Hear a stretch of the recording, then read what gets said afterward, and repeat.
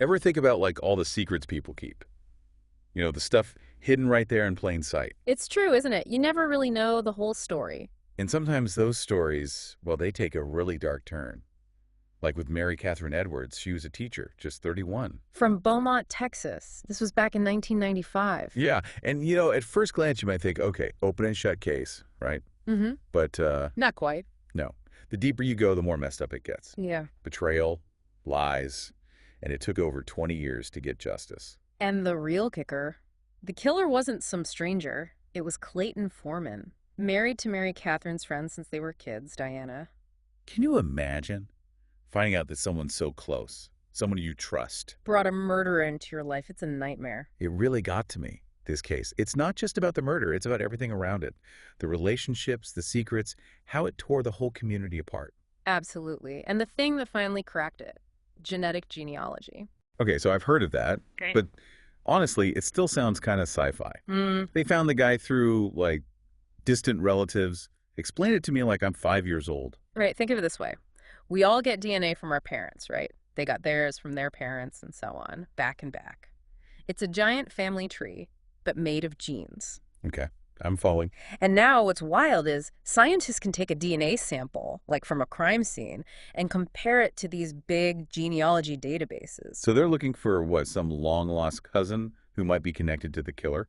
Basically, if they share enough of those genetic markers, it can point them in the right direction. So back in 95, they had the DNA, but the tech just wasn't there yet. Exactly.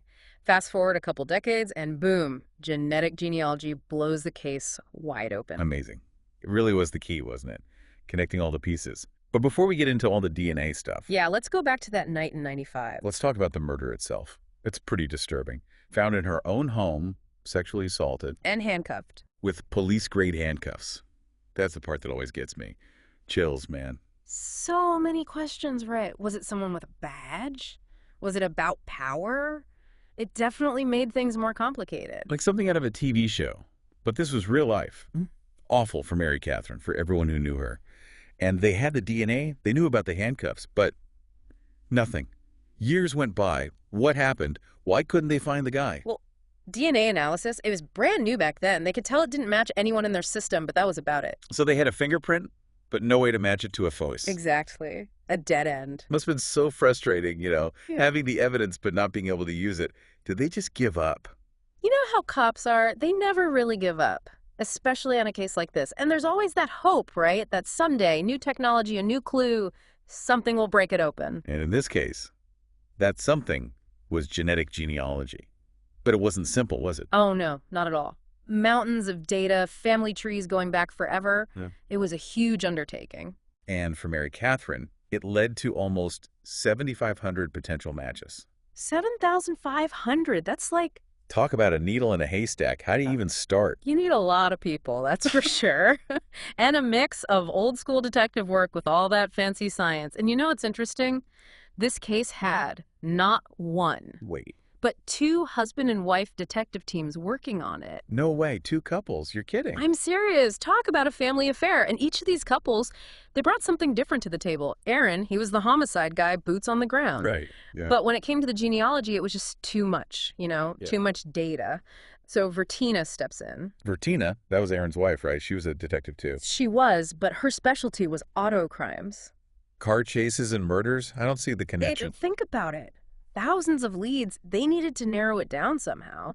And Vertina, she was amazing at details, at seeing patterns that other people miss. It's like those crime shows where they got the big board with all the photos and red string Yeah. connecting the dots. Exactly. Only this time, the dots were birth records, death certificates, all those little pieces of info they could dig up on these 7,500 people. Still a lot of dots. That's where the other couple comes in. Ranger Brandon Bess, he was already on the case. And his wife, Tina, she'd done some genealogy work before. Saw Aaron struggling with the family tree and being the amazing detective she is. She jumps in to help. 2 husband and wife teams working side by side on a murder case. Must been some interesting dinner conversations, huh? I bet. But seriously, that's awesome. Different skills coming together to solve this thing? The power of teamwork. And it led them right to the LaPointe family. The Point family. Okay, now who are they? Well, Tina, she's going through all these family trees, right? And the name LaPointe, It just kept popping up in different branches over and over. Like it was connected to the suspect pool somehow. Okay, getting spooky now. And get this, they decided to contact a woman named Shira LaPointe. Turns out she's a professional genetic genealogist. You're kidding me. So they just, stumbled onto this expert? It gets better. Shira was actually driving through Beaumont at the time, agreed to meet with Tina. They hit it off. Meant to be. Right? And Shira, she even uploaded her own family tree. And guess what? Distant connection to the suspect pool. Talk about being in the right place at the right time. Incredible. So with Shira helping, they finally get their suspect. Or they got it down to two names, Michael and Clayton Foreman. Brothers. I bet the tension was high. How'd they decide which one it was? Well, Clayton, he was married to Mary Catherine's childhood friend, right, Diana. Seemed unlikely. Yeah, you'd think so. But then routine background check. Michael, clean record. But Clayton, previous conviction for aggravated assault. Oh, no. And his MO back then. Yeah! Eerily similar to what happened to Mary Catherine. Not a coincidence. It was a pattern. They knew they had their guy. They did. Contacted the authorities in Ohio. That's where Clayton was living. To arrest him. They wanted a DNA sample first, but they didn't go the usual route, warrant and all that. They knew they had to move fast. So what'd they do? Asked the local cops to collect stuff from Clayton's trash. They're digging through his garbage for DNA. This is getting wild. It was a match. Discarded items matched the crime scene perfectly. I'll talk about persistence. And a little bit of luck, right. But for Mary Catherine's family, this news, I can't imagine. Relief, but also bringing it all back. Definitely. And for Diana, her whole world was about to shatter. Think about it. The man you've built a life with. Father of your child. And he's a murderer. And he killed your friend. I don't even have words. Betrayal on top of grief. And it's all going to come out in the trial. We went to arrest him, right, in Ohio? They did. And when they put the cuffs on him... Wait, don't tell me. Same handcuffs they found on Mary Catherine. Oh, wow. Talk about bringing it full circle. Powerful stuff. But Diana, how'd she handle all this? Her story, it's the hardest one. Blindsided, completely devastated. The guilt she must felt bringing this guy into everyone's lives. It's unbearable to think about. But you know what? She testified against him at the trial. No way. After all that. She did. Incredible courage, facing the man who did this, reliving everything. I can't even imagine. Betrayed by your husband, losing your friend. Just awful. Did the trial, did that help Diana at all? Or just make it worse? I think for her, it was something she had to do, to heal. But yeah, it brought it all back, beating the courtroom with him. A constant reminder. Exactly. But it also gave her a voice to speak out, to face him. And her testimony was important, right, for the case. Absolutely. Without her, who knows what would happen. But she wasn't the only one who spoke at the trial. Mary Catherine's twin sister, Allison. Yeah, Allison. I read that her testimony was really powerful. It was. She talked about their bond, how close they were, and the pain, even after all these years, you could feel it, losing her other half. I read that she named her daughter Katherine after her sister. She did. A way to keep her memory alive. But it also shows you this crime, it didn't just end that night. It kept going, hurting people. And Mary Catherine, she was a teacher, right? Yeah, she was. So it wasn't just family and friends. A whole community felt that loss. Remember Helenia Adams? Helenia, oh yeah, one of Mary Catherine's students. She went to the trial.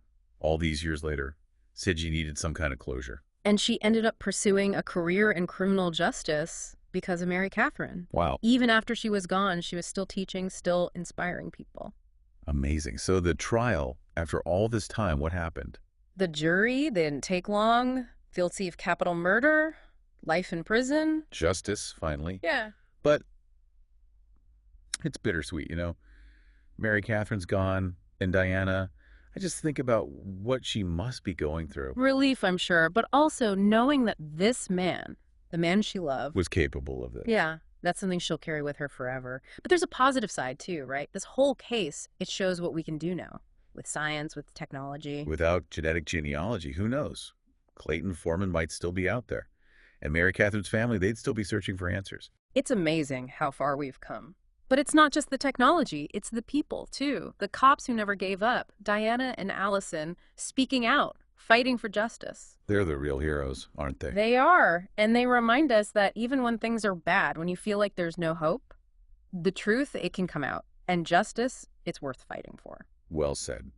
And that wraps up our deep dive into the case of Mary Catherine Edwards. Hmm. A reminder that the truth, sometimes it's stranger than fiction, and that even in darkness, there's always hope. Thanks for listening.